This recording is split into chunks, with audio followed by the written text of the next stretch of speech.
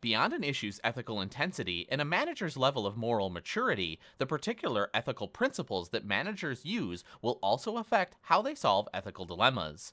Unfortunately, there's no one ideal principle to use in making ethical business decisions.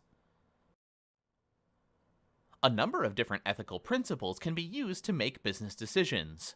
Long-term self-interest, religious injunctions, government requirements, individual rights, personal virtue, distributive justice, and utilitarian benefits.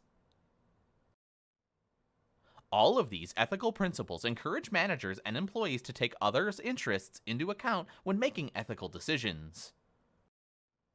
According to the principle of long-term self-interest, you should never take any action that is not in your or your organization's long-term self-interest. According to the principle of religious injunctions, you should never take an action that is unkind or that harms a sense of community, such as the positive feelings that come from working together to accomplish a commonly accepted goal. According to the principle of government requirements, the law represents the minimum moral standards of society, so you should never take any action that violates the law.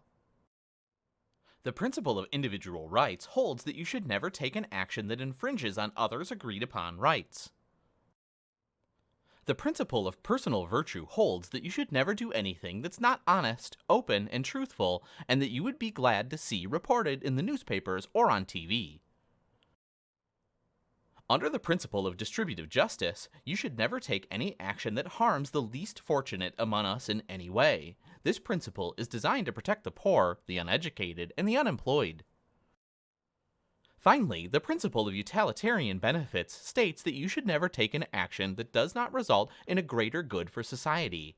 In short, you should do whatever creates the greatest good for the greatest number. Companies are putting more emphasis on ethical decision-making.